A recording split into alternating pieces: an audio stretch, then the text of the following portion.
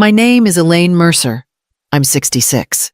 The morning began like any other quiet, slow, the kind of silence that comes when you've lived long enough to treasure it. I'd just poured my second cup of Earl Grey, the one I usually take out to the porch, to watch the light crawl over the Blue Ridge Mountains. The kettle still hissed softly when the front door slammed hard enough to shake the picture frames. Mark didn't knock anymore. He came in with the same stormy expression he'd worn since the day his father died. Impatience mixed with something colder. "We need to talk," he said, holding a thick envelope. His tie was half undone, his hair slicked back like he'd come straight from the office. I'd seen that look before, the one people wear when they've already decided what you'll say doesn't matter. I set my cup down. "What is it?" He dropped the envelope on the kitchen table. "You have 48 hours to move out." His voice was steady, rehearsed. "The house is mine now. I've signed everything over." For a moment, I couldn't tell if I'd heard him right. The words seemed to hang there, floating between us until they finally landed like a hammer. "This house," I said slowly. "Your father and I built every inch of it." He cut me off. "And you both made sure my name was on the refinance years ago. You said it was to make things easier when you got older. Well, that time's here." The air left the room. My fingers brushed the edge of the table, feeling the groove where his father once carved his initials. My voice came out smaller than I expected. "You're asking your own mother to leave her home. I'm not asking." He turned away, already heading for the door. "It's done." The door clicked shut, leaving the house unnervingly still. I stood there staring at the space he'd filled only seconds ago. The tea had gone cold. I didn't cry. Instead, I walked to the window and looked out at the garden I'd tended for 30 years. The sunlight spilled across the porch steps, and for the first time in my life, it didn't look like home. I rinsed the cup, set it upside down in the sink, and whispered, 48 hours. The quiet after Mark's departure felt heavier than the argument that never happened. I walked through the hallway slowly, my hand brushing the wallpaper we'd chosen in 1988, faded blue roses, sun-bleached near the window, where light always fell strongest. This house had once been our dream. I could still see Richard's hands sanding the banister smell, the varnish that lingered for days after we refinished the floors. He'd whistle off-key while measuring boards, pretending he knew what he was doing. We laughed through every mistake. The kitchen door still bore a small dent where he'd dropped a hammer and cursed so loudly the neighbors heard. I never fixed it. It made the place human. When Richard passed, I kept everything as it was, not out of refusal to move on, but because it felt like part of him lived in each repair. Even the uneven shelves he built for Mark's childhood trophies still leaned slightly to the left. I dusted them that morning, unaware that my son had already decided those walls no longer belonged to me. In the living room, a photo of us at the Asheville County Fair leaned against the lamp. Mark was 5, chocolate smeared on his face, holding a toy airplane. Richard had one arm around him, one around me. I lifted the frame, tracing their faces with my thumb until my vision blurred. The house creaked softly, as if remembering with me. Outside, the wind moved through the old oak branches, carrying the smell of rain. I felt the ache settle deeper, something between love and loss, between what we built and what had already been taken. I turned off the lamp, leaving only the light from the window, and whispered to the room, "He's forgotten what this place means." The next morning, I drove downtown to the Buncombe County Records Office, the same brick building where Richard and I had signed our first mortgage almost 40 years ago. The woman at the front desk smiled politely as I explained what I needed, her expression softening when she saw the tremor in my hands. She typed something into her computer, then disappeared behind a row of filing cabinets. When she returned, she held a thin folder with my name printed neatly across the top, Elaine Mercer. "Property transfer dated last September," she said. "Looks like it was processed through a quit-claim deed." I didn't understand at first. "A transfer?" "Yes, ma'am. You relinquished ownership to your son, Mark Mercer." She slid the document across the counter. My name stared back at me, the loops of the letters, neat, familiar, but not mine. The signature looked practiced, deliberate, as if someone had studied how I wrote it. My knees weakened. I held the paper closer, tracing the ink with my finger. The woman's voice grew careful. The notary on file is a man named Timothy Vance. Works with your son's company according to our database. For a long moment, I couldn't breathe. My son hadn't just taken advantage of my trust he'd used, it shaped it into a weapon. Can I get a copy of this? I asked quietly. Of course. She slipped it into a manila envelope and handed it over with a sympathetic look. Outside, the cold air hit my face like a slap. I walked to my car, the envelope pressed against my chest, and sat there for a while, with the engine off. The traffic on College Street moved steadily, indifferent to the moment my life had just divided into before and after. I thought of the day I'd signed papers for that refinance, the day Mark promised. This will just make things easier, Mom. He hadn't been wrong, it had made things easier for him. The steering wheel felt rough under my palms. I gripped it tightly, staring at the courthouse steps through the windshield until my vision cleared. Then I whispered to myself, steady and low. He forged my name. That evening, I found myself sitting on the porch, the envelope from the courthouse still on my lap. The air smelled faintly of cut grass and wood smoke from somewhere down the street. Across the yard, the porch light flicked on at Mrs. Keaton's house.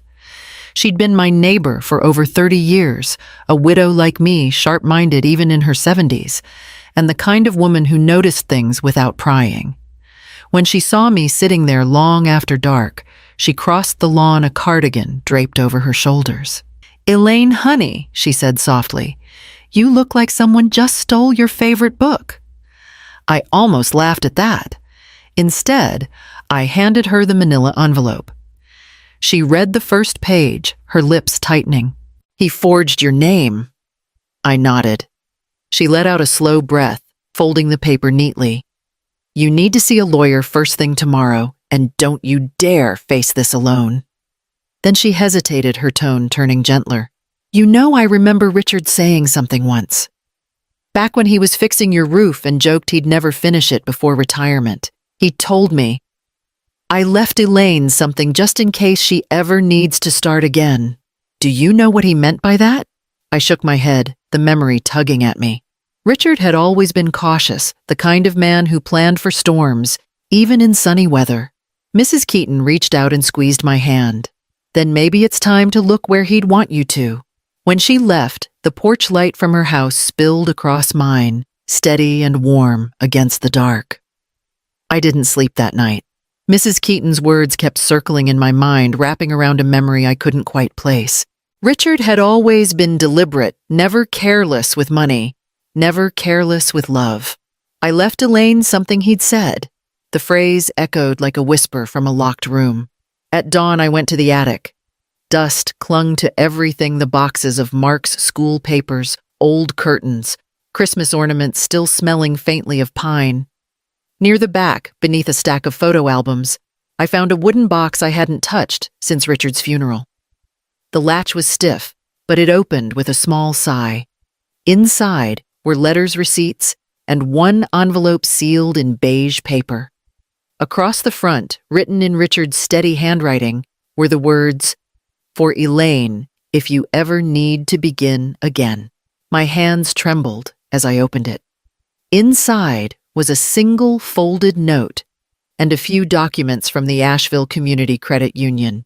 The note read, "Use this when kindness turns cruel. It's not much, but it's yours untouched. I trust you'll know when the time has come." I pressed the paper to my chest. The air felt thinner, lighter somehow, like the house itself had exhaled with me. The account number and balance were there, enough for a lawyer, enough for a start. Modest by any measure, but to me, it felt like a lifeline cast from the past. Richard had known life could turn unfair. He'd seen how easily trust could be broken. I spent the rest of the morning at the small credit union downtown.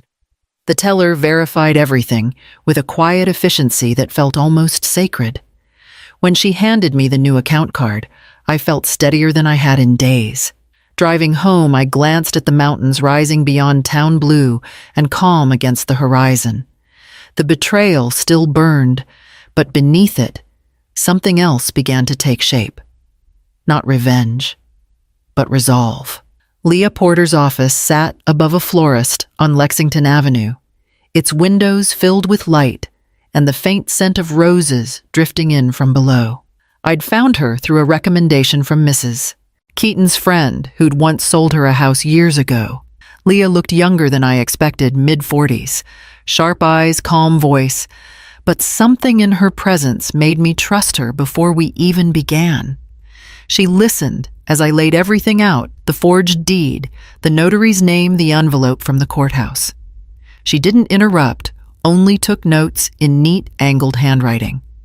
When I finished, she leaned back and tapped her pen once against the desk. "This is fraud, Mrs. Mercer," she said plainly. "A felony, in fact. The notary's involvement makes it worse. But the good news is we can act fast. If I file for an injunction today, the property will be frozen before he can sell, lease, or transfer it again." The word fraud landed like a stone in my stomach. I'd expected anger, maybe pity, but not the blunt certainty of law. "I don't want to destroy his life," I murmured. "He's still my son." Leah's tone softened, but not her resolve. "That doesn't make it right." "Protecting yourself isn't vengeance, it's survival." Her words settled in like truth I'd been avoiding. I watched her draft the first page of the petition, my name written clearly at the top. The same name he'd stolen, now reclaimed in ink that was finally my own. She explained the process: an emergency filing, a notary verification request, a formal complaint against the county's records division. Each step sounded clinical, but every sentence felt like a slow stitching of something torn. Before I left, Leah handed me a folder with copies of the documents and her card clipped to the front. "You'll get notice within 48 hours, she said. "Until then, don't contact him. Let the law do the talking." Outside, the afternoon light fell gold across the street, warming the stone buildings of downtown Asheville. I paused beside the florist below her office, the air thick with lavender and earth. For the first time in days, I felt my breath deepen. Justice, I realized, didn't roar. It moved quietly, steady as a pen across paper. I began packing that same night. Not in a rush or panic, but methodically, like someone preparing for a long winter. The house was still under the injunction, but I wanted to be gone before Mark came back. There was no satisfaction in confrontation, only the quiet satisfaction of finishing what needed to be done. I moved from room to room, folding clothes into 2 suitcases, wrapping framed photographs in towels, labeling boxes with a black marker. The sound of tape stretching across cardboard echoed softly, steady and certain. I took only what was mine, the books Richard had given me, his old wristwatch, the quilt we'd sewn the year Mark went to college. The rest I left untouched. By morning, I'd arranged for a small moving truck from a local company. 2 young men showed up just after sunrise, polite and efficient. They didn't ask questions when I told them to take everything to a storage unit on Merriman Avenue. Within hours, the living room stood bare, the walls pale where paintings had once hung.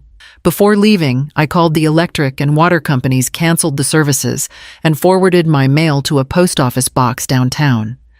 The motions felt strange, almost mechanical, but each small task lightened something inside me. When the movers drove off, I locked the front door and stood on the porch. The afternoon sun cast long shadows across the yard Richard had once mowed every Sunday. I reached for the switch by the door and turned on the porch light. Its glow fell soft against the steps, warm against the fading day. "You'll have your house." I whispered the words barely louder than a breath. Empty. Then I walked down the path without looking back. Mark arrived 2 days later, his car pulling into the gravel driveway with the kind of confidence only ownership gives. From the window of her house across the street, Mrs. Keaton later told me he looked impatient, glancing at his phone as if he already had plans for the evening. His wife stepped out a moment later, adjusting her sunglasses, her voice carrying sharp and bright through the quiet air. But the moment they reached the porch, everything shifted. The curtains were gone, the furniture missing. Through the front window, the house looked hollow, walls, bare floors gleaming where rugs had once softened the steps, and taped to the front door, held by a strip of blue painter's tape, was a single white notice, property, under legal injunction, do not enter. Mark froze. His wife leaned closer to read it, her expression twisting from confusion to disbelief. "What does that mean?" she asked. He didn't answer. His hand hovered near the handle but didn't touch it. The locks had been changed. The keys in his pocket suddenly meant nothing. Neighbors began to watch from their porches, pretending not to. A breeze lifted the edges of the notice, fluttering it against the door like a whisper. Mark crumpled the corner of the paper in his hand, then let it go, stepping back, as if the house itself had turned against him. His wife said something low, angry, but he only shook his head. For the first time, he looked uncertain, small against the house he'd tried to claim. He turned, got back into the car, and drove away without another word. The porch light stayed on steady and unblinking behind him. The following week, Leah called to say Mark had agreed to meet at her office. I almost didn't go. A part of me wanted to let the silence speak for itself, but Leah insisted closure mattered. When I arrived, Mark was already there, sitting stiffly in the chair across from her desk. He looked older, tired, in a way I hadn't seen before. He didn't look at me when I sat down. "Mom," he began, voice low, "this whole thing got out of hand. It was never supposed to go this far. I was under pressure, my job, the mortgage, everything piling up. I thought I could fix it before you even noticed." Leah's expression didn't change. She slid a folder across the table, the evidence stacked neatly inside. "Forgery isn't a misunderstanding," she said evenly.